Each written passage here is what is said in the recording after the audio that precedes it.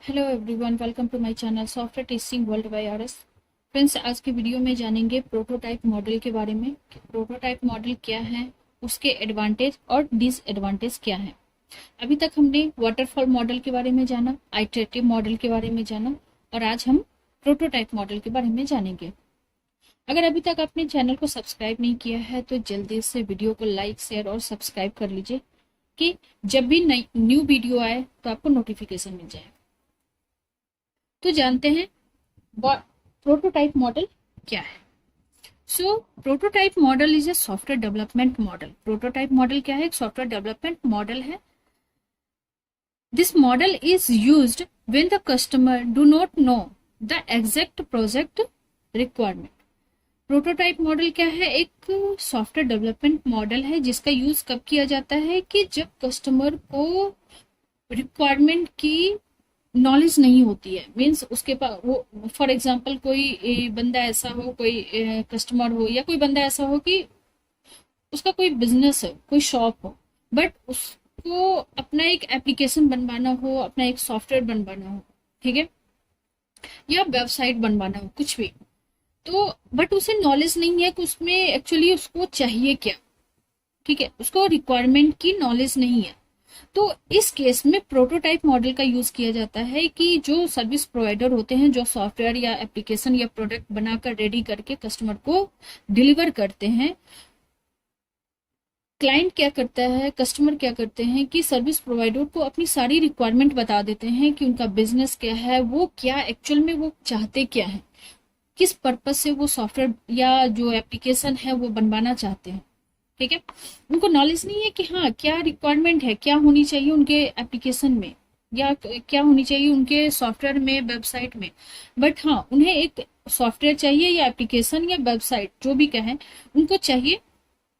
तो इस केस में क्या करते हैं, कस्टमर क्या करता है कि सर्विस प्रोवाइडर को अपनी सारी रिक्वायरमेंट बता देता है।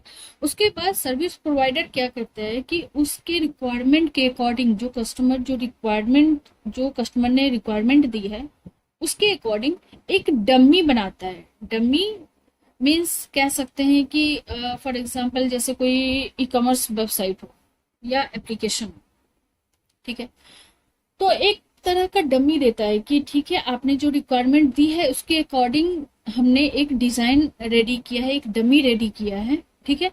तो आपका जो एप्लीकेशन होगा या जो वेबसाइट होगा लुक वाइज ऐसा होगा, ऐसा वर्क करेगा। बस एक डमी, वो एक फुल्ली एप्लीकेशन बनाकर रेडी करके नहीं देते हैं, बट एक डमी देते हैं, एक ओवरव्यू देते हैं, ठीक है, कि हमने ऐसा बनाया है, क्या आपकी आपके रिक्वायरमेंट के अकॉर्डिंग। तो आप देखो, ये आपकी इस टाइप का एप्लीकेशन होगा आपका या software. In this model prototype is built, tested and reworked until an acceptable prototype is achieved। इसमें हमने अभी बताया था कि इसमें सर्विस प्रोवाइडर क्या करते हैं, कस्टमर की जो रिक्वायरमेंट होती है उस रिक्वायरमेंट के अकॉर्डिंग एक डमी रेडी करके कस्टमर को दिखाते हैं कि हमने एक डमी रेडी किया है, ठीक है, जो आपके रिक्वायरमेंट को मैच करता है या फुलफिल करते हैं, ठीक है। तो आप एक बार देखो कि ये जो हमने डमी बनाया है आपकी रिक्वायरमेंट के अकॉर्डिंग है, लुक वाइज ऐसा होगा, उसकी जो फंक्शनैलिटी होगी ये होगी, जो एक डमी जो उसकी रिक्वायरमेंट होती है उसके अकॉर्डिंग एक डमी बना कर देते हैं। तो अब हम एक डायग्राम के थ्रू जानते हैं कि एक्चुअल में प्रोटोटाइप मॉडल कैसे वर्क करता है, ठीक है, हाउ इट वर्क। तो देखिए, ये प्रोटोटाइप मॉडल का डायग्राम है, ठीक है। तो इसमें देखते हैं कि प्रोटोटाइप एक्चुअली वर्क कैसे करता है, ठीक है। जैसे कि आपने एसटीएलसी में पढ़ा है, वाटरफॉल मॉडल में पढ़ा है, आइटरेटिव मॉडल में पढ़ा है, तो सारे जो फेजेस होते हैं सेम होते हैं। इसमें क्या होता है, थोड़ा सा डिफरेंट क्या होता है कि इसमें जब सर्विस प्रोवाइडर कस्टमर से रिक्वायरमेंट गैदर कर लेते हैं, ठीक है, उसके बाद एक वो डमी डिजाइन, और डमी कह सकते हैं कि डमी एक जस्ट लाइक अ टॉय, ठीक है। तो एक डमी डिजाइन रेडी करके कस्टमर को दिखाते हैं कि हमने जो आपकी रिक्वायरमेंट थी उसके अकॉर्डिंग हमने एक डिजाइन रेडी किया है कि आपका जो एप्लीकेशन होगा या आपका जो सॉफ्टवेयर है लुक वाइज कैसा होगा, कैसे वर्क करेगा, ठीक है। तो ये एक डमी डिजाइन रेडी करते हैं, ठीक है, और उसके बाद कस्टमर को दिखाते हैं। ठीक है, कस्टमर को दिखाते हैं। और जब कस्टमर अगर एक्सेप्ट करता है, ठीक है, कि जो उसकी जो रिक्वायरमेंट थी उसके अकॉर्डिंग ही डमी रेडी किया गया है, ठीक है, तो अगर कस्टमर रेडी हो जाता है, एक्सेप्ट कर लेता है कि हाँ ठीक है मुझे ऐसा ही चाहिए, ठीक है, उसके बाद सर्विस प्रोवाइडर नेक्स्ट फेज और नेक्स्ट स्टेप को स्टार्ट करते हैं। मीन्स डिजाइन, जो एक्चुअल डिजाइन होता होगा वो स्टार्ट करते हैं। बट अगर कस्टमर ने रिफ्यूज कर दिया या उसे लगा कि नहीं इसमें कुछ और ऐड होना चाहिए और उसकी रिक्वायरमेंट जो है उसमें कुछ मिसिंग है, ठीक है, तो उसके बाद क्या करते हैं, सर्विस प्रोवाइडर फिर से एक डमी रेडी करते हैं, ठीक है, जो जो कस्टमर ने सजेस्ट किया है, ठीक है, उसके अकॉर्डिंग फिर से एक डमी रेडी की जाती है और फिर से एक डिजाइन किया जाता है, डिजाइन बनाया जाता है, एक डमी बनाया जाता है और फिर से कस्टमर को दिखाया जाता है कि जो आपने उसमें ऐड किया था और जो मिसिंग थी उसको हमने ऐड करके फिर से ये एक डमी रेडी किया है, तो आप एक बार फिर से चेक कर लो कि आपकी जो रिक्वायरमेंट है उससे फुलफिल कर रहा है या नहीं कर रहा है, ठीक है। और जब कस्टमर सेटिस्फाई हो जाता है देन उसके बाद अगर सेटिस्फाई नहीं हुआ तो फिर से सेम प्रोसेस होता है कि उस डम्मी को हटा के फिर से एक डम्मी रेडी किया जाता है, ठीक है, एक फिर से एक डिजाइन बनाया जाता है, डिजाइन रेडी किया जाता है, उसका डम्मी बनाया जाता है, फिर कस्टमर से उसकी रिव्यू ली जाती है। बट अगर कस्टमर सेटिस्फाई हो जाता है कि नहीं जो हमारी रिक्वायरमेंट थी उसको फुलफिल कर रहा है, जब कस्टमर एक्सेप्ट कर लेता है देन सर्विस प्रोवाइडर, बस यहीं तक कस्टमर की जो इन्वॉल्वमेंट थी यहीं तक थी। जब उसने एक्सेप्ट कर लिया उसके बाद कस्टमर की का कहीं भी किसी भी फेज में कोई इन्वॉल्वेशन नहीं होता है, ठीक है। तो उसके बाद सर्विस प्रोवाइडर क्या करते हैं कि जो रिक्वायरमेंट, जो डमी रेडी किया गया है, जो उसकी रिक्वायरमेंट है उसके अकॉर्डिंग डॉक्यूमेंट रेडी करते हैं, ठीक है, और उसके बाद उस डॉक्यूमेंट के अकॉर्डिंग डिजाइन की जाती है। जो आर्किटेक्चर होते हैं वो डिजाइन स्टार्ट करते हैं जो रिक्वायरमेंट है उसके अकॉर्डिंग, ठीक है। और जब डिजाइन हो जाती है देन उसके बाद फिर वही आइटरेटिव मॉडल की तरह डिजाइन, पहले डिजाइन होगी फिर देन उसके बाद कोडिंग कंप्लीट होने के बाद टेस्टिंग। बट इसमें एक चीज और है कि जैसे आइटरेटिव मॉडल में एक फीडबैक ऐड था, तो इसमें फीडबैक वाली प्रोसेस भी होती रहती है कि अगर डिजाइन ठीक है, डिजाइन कंप्लीट हो गया, कोडिंग फेज में आ गए, बट कोडिंग में डेवलपर को ये पता चलता है कि नहीं डिजाइन में कुछ मिसिंग है, तो फिर वो आर्किटेक्चर टीम को बोलकर डिजाइन में वो ऐड करवा सकते हैं, या अगर कुछ ज्यादा है या कुछ गलत है तो उसको रिमूव करवा सकते हैं, ठीक है। या डिजाइन कंप्लीट हो गया, कोडिंग हो गई, टेस्टिंग फेज में आ गया, टेस्टिंग में पता चला कि हाँ डिजाइन में कोई इशू है, या टेस्टिंग में पता चला कि कोड में कुछ प्रॉब्लम है, कोई बग है, कोई इशू है, तो उसको वो फिक्स करवा सकते हैं। मीन्स कहने का मतलब है कि फीडबैक वाला जो फंडा होता है वो इसमें भी होता है, इस मॉडल में भी, प्रोटोटाइप मॉडल में।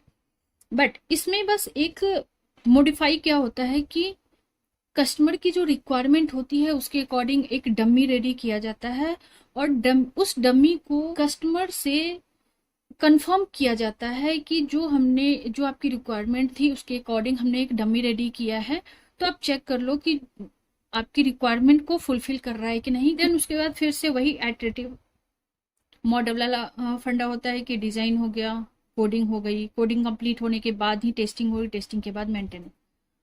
फिर इस मेंटेनेंस में फिर कस्टमर को पता चलता है कि अगर कोई प्रॉब्लम है तो फिर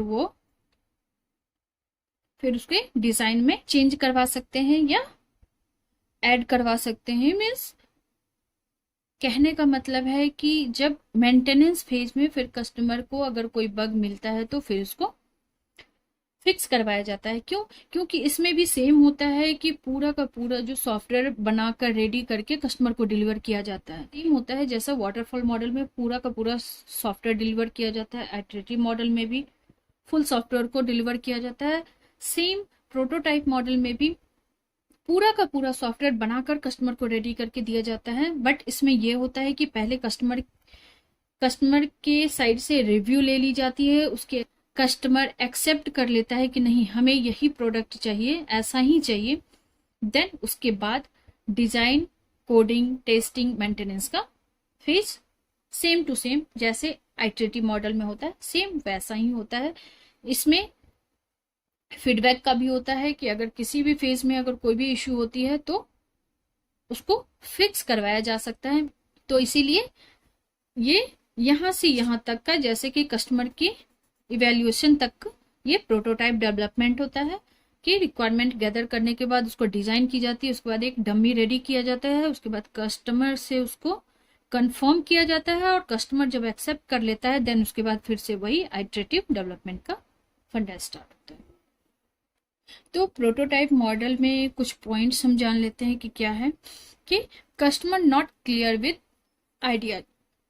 हमने बताया था कि इसमें क्या होता है कि कस्टमर के पास कोई आइडिया नहीं होता है, बस उसे है कि हाँ हमारी ये रिक्वायरमेंट है, उस रिक्वायरमेंट के अकॉर्डिंग उसको सॉफ्टवेयर या एप्लीकेशन बनवाना होता है, जो कि सर्विस प्रोवाइडर एक डमी के थ्रू क्लाइंट को दिखाते हैं कि आपकी जो रिक्वायरमेंट थी उसके अकॉर्डिंग हमने एक डमी रेडी किया है, ठीक है, जो कि आपका लुक वाइज ऐसा होगा, फंक्शनैलिटी ऐसी होगी। इसमें क्या होता है कस्टमर को कोई भी आइडिया नहीं होता है, ठीक है। Good for technical and requirement risk.